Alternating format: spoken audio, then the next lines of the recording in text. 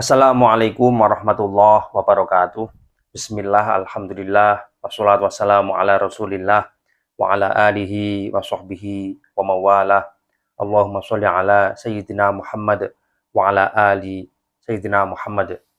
Saudaraku sekalian, kita akan membahas partikel Tuhan yang telah ditemukan. Dan partikel ini dipercaya merupakan sebab terciptanya alam semesta ini dan juga penyebab hari kiamat jika partikel ini bekerja. Saudaraku sekalian, kita membahas istilah partikel Tuhan ini juga bagian dari bentuk rasa bahagia kita, bentuk rasa sukacita kita. Mengapa? Karena dalam proses penemuan partikel Tuhan ini, ternyata ada dua ilmuwan Indonesia yang terlibat di dalamnya, yaitu Bapak Rahmat dan Bapak Suharyo Sumowidakdo. Pak Rahmat berasal dari University of Oregon dan Pak Suharyo berasal dari Florida State University.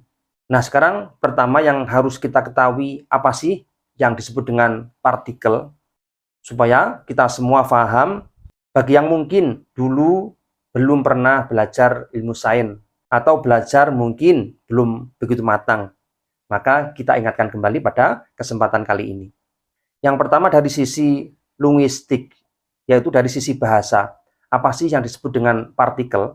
Partikel adalah kata tugas yang hanya memiliki arti gramatikal dan tidak memiliki arti leksikal atau arti sesungguhnya. Jadi hanya potongan kecil kata.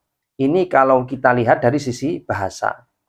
Nah, sekarang jika kita melihat istilah partikel dari istilah teknik, dari sisi teknik, yaitu mewakili seluruh unit sesuatu seperti mobil, di lalu lintas, atau orang di toko. Ini jika kita melihat istilah partikel dari sisi teknik. Kemudian yang ketiga, inilah yang kita bahas, yaitu dari sisi sains. Apa sih partikel?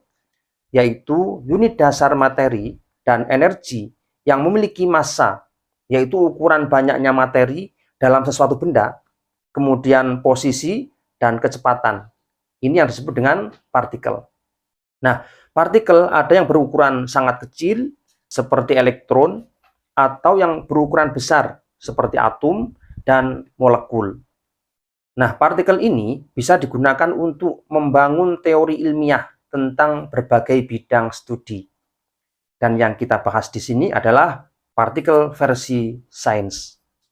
Kira-kira seperti apa? Saudaraku sekalian, istilah partikel Tuhan adalah sebuah partikel super kecil yang memiliki kekuatan sangat masif, memiliki kekuatan yang sangat dahsyat. Kalau kita gambarkan, partikel Tuhan ini ribuan kali lebih kecil daripada pasir, sehingga tidak mungkin kita lihat dengan mata telanjang, kecuali hanya menggunakan alat mikroskop atau alat-alat lain yang berfungsi untuk mendeteksi sesuatu yang halus, sesuatu yang sangat kecil. Partikel ini memiliki kekuatan yang luar biasa. Jika partikel ini kita kumpulkan hingga sebesar bola basket, sudah cukup untuk melenyapkan sebuah planet tertentu. Karena kekuatan itulah, partikel ini disebut dengan partikel Tuhan. Karena apa? Memiliki kekuatan yang maha dahsyat. Partikel ini sebenarnya biasa dikenal dengan istilah Higgs boson. Disandarkan pada sang penemu partikel ini, yaitu Peter Higgs. Sehingga partikel ini juga biasa disebut dengan sebutan Higgs. Nah, perjalanan dalam menemukan partikel ini memakan waktu yang sangat lama dan melelahkan, yaitu dimulai sejak tahun 1964 dan selesai pada tahun 2012. Dan itu pun sebetulnya belum merupakan final dari penemuan ini. Pada saat itu, Peter Higgs, seorang fisikawan, memprediksi bahwa di alam semesta ini terdapat sebuah partikel hebat yang dapat menciptakan dan memusnahkan alam semesta itu sendiri. Pada tahun 60-an sampai tahun 70-an, tentunya teknologi belum terlalu canggih, teknologi belum maju, sehingga untuk membuktikan adanya partikel Tuhan ini sangat sulit. Dan pada tahun 1995, bukti-bukti yang menguatkan keberadaan partikel tersebut mulai terlihat, mulai nampak. Akan tetapi, para ilmuwan belum mendapatkan jawaban yang pasti tentang partikel Tuhan ini. Akhirnya, pada tahun 2012, Badan Penelitian Nuklir Eropa yang sudah didirikan sejak tahun 1954 menemukan jejak-jejak partikel Tuhan. Nah, partikel Tuhan ini berukuran sangat kecil, namun memiliki kekuatan seolah-olah tanpa batas.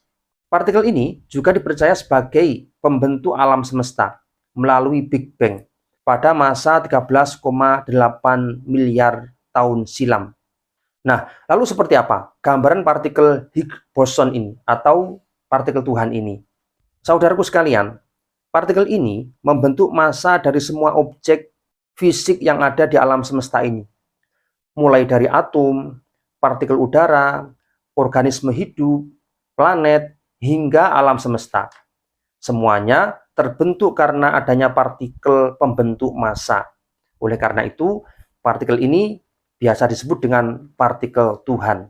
Sehingga bisa kita gambarkan, jika massa adalah pembentuk dari objek fisik, maka partikel Tuhan ini adalah yang membentuk massa itu sendiri. Dalam kata lain, partikel Tuhan ini secuil dari apa yang menciptakan dan membentuk alam semesta ini. Jadi adanya alam semesta ini hanya secuil daripada partikel itu yang kita bahas ini. Saudaraku sekalian, perlu diketahui bahwa dalam ruang lingkup sains ternyata masih banyak misteri yang belum terpecahkan. Sehingga dengan menemukan partikel Tuhan ini bisa menjadi terobosan besar bagi umat manusia di seluruh dunia. Penemuan partikel ini bisa merevisi dan melengkapi teori Big Bang yang sudah eksis lebih dulu. Walaupun partikel Tuhan ini juga masih belum bisa menjawab asal-usul pembentukan Big Bang, yaitu terbentuknya alam semesta ini. Para ilmuwan juga percaya bahwa dalam takaran tertentu, partikel Tuhan ini akan dapat menghancurkan alam semesta dengan cepat tanpa tersisa sedikit pun. Mengapa demikian? Karena alam semesta tidak akan sanggup menopang energi yang sangat besar dari partikel Tuhan. Tentunya, untuk melenyapkan alam semesta ini, membutuhkan partikel Tuhan dalam jumlah yang sangat besar. Memang penemuan partikel Tuhan ini adalah penemuan yang mengejutkan, teman-teman. Sehingga sangat memberikan pengaruh dalam kehidupan bumi di masa depan. Walaupun sebenarnya, jika kita menggantungkan jawaban pada partikel Tuhan ini, sepertinya masih terlalu dini, masih terlalu cepat. Mengapa?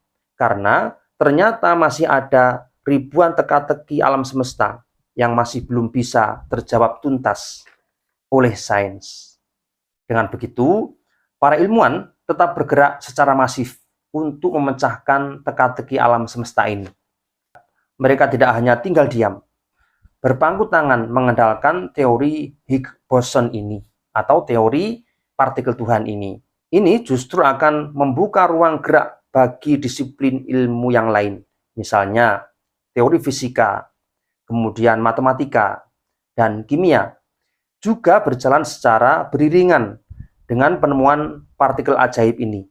Hasilnya justru akan lebih baik. Nah, inilah fenomena daripada partikel Tuhan. Nah, itulah penemuan partikel Tuhan dari waktu ke waktu dan masih membutuhkan waktu lagi untuk menyempurnakan. Nah, sekarang mari kita bahas partikel Tuhan ini dari sisi Al-Quran. Kira-kira seperti apa Al-Quran menyebutkan partikel yang sangat kecil ini? Walaupun di dalam Al-Quran tidak pernah menyebutkan istilah-istilah atau rumus-rumus yang biasa digunakan oleh sains, tapi isyarat-isyarat itu mengarah ke sains, karena 60% Al-Quran itu berisi sains atau ayat kauniyah, yaitu ayat yang berkaitan dengan alam semesta yang ada di lingkungan kita. Nah, salah satu surah dan ayat yang membahas tentang partikel terkecil ini terdapat dalam Al-Quran surah Yunus ayat 61. Mari kita baca bersama-sama. A'udzu billahi minasyaitonir rajim.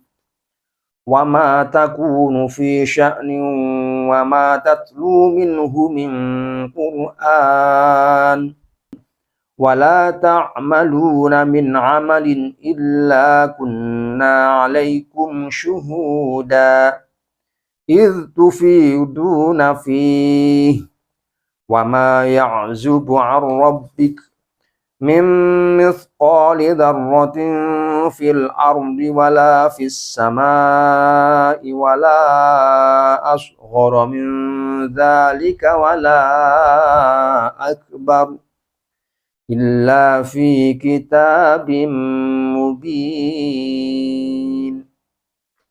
Artinya adalah kamu tidak berada dalam suatu keadaan yang tidak membaca suatu ayat Al-Quran dan kamu tidak mengerjakan suatu pekerjaan, melainkan kami menjadi saksi atasmu di waktu kamu melakukannya. Tidak luput dari pengetahuan Tuhanmu, biarpun sebesar zarrah atau atom di bumi ataupun di langit. Tidak ada yang lebih kecil dan tidak pula lebih besar daripada itu, melainkan semua tercatat dalam kitab yang nyata, yaitu Lauhul Mahfuz, sebuah tempat catatan di mana Allah mencatat segala sesuatu berkaitan dengan makhluknya. Nah, dari ayat tersebut ada penyebutan zarrah, yaitu sesuatu yang kecil. Makna ini, menurut ulama tempo dulu, memiliki arti biji sawi atau biji dari sayuran sawi. Karena pada saat itu, biji sawi ini dianggap sesuatu yang paling kecil di antara benda-benda yang lain. Namun, saat ini biasa juga disebut dengan atom karena berkembangnya ilmu pengetahuan setelah berkembangnya ilmu sains.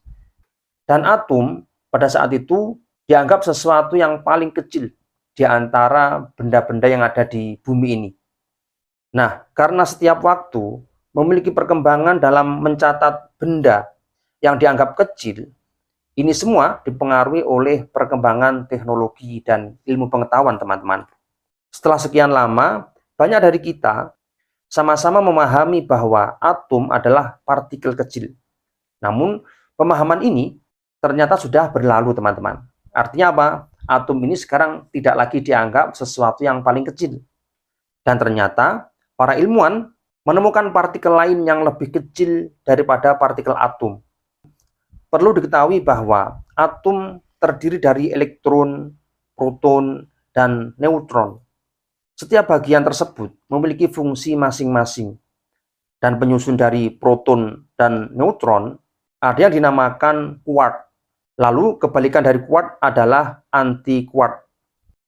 Ini juga sudah dijelaskan dalam Al-Qur'anul Karim, di mana Allah Subhanahu wa Ta'ala menciptakan sesuatu dengan berpasang-pasangan, sampai partikel yang paling kecil sekaligus juga tetap memiliki pasangan, memiliki mukobalah, memiliki perbandingan.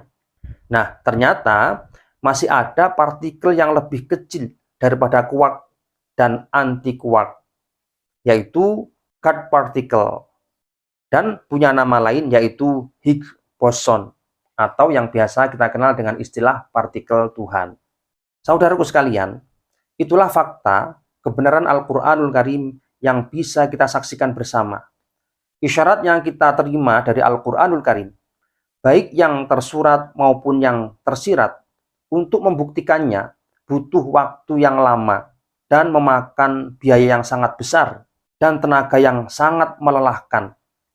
Seperti eksperimen penemuan partikel Tuhan ini, jika kita hitung nominalnya, sejak tahun 1964 sampai 2012, ini memakan biaya mencapai triliunan rupiah demi untuk menemukan yang namanya partikel Tuhan itu. Dan ini akan berkembang terus, teman-teman. Maka sangat wajar ketika kita diajarkan tafakkaru fi khalqillah wala tafakkaru fil khaliq. Berpikirlah kalian semua tentang ciptaan Allah dan janganlah berpikir tentang seperti apa Allah itu. Nah, maka di sini seumur hidup kita tidak akan tuntas untuk meneliti segala sesuatu yang berkaitan dengan makhluk Allah, apalagi Sang Penciptanya.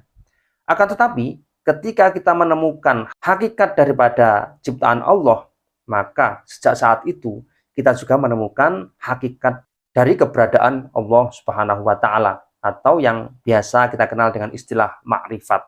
Makrifat melalui ilmu pengetahuan. Tidak hanya makrifat melalui thariqah atau amalan zikir. Semoga kita semua bisa tercerahkan, sehingga cakrawala keilmuan kita semakin maju dan semakin berkualitas. Amin, Allahumma amin. Sekian, wallahu a'lam bishawab. Assalamualaikum warahmatullahi wabarakatuh.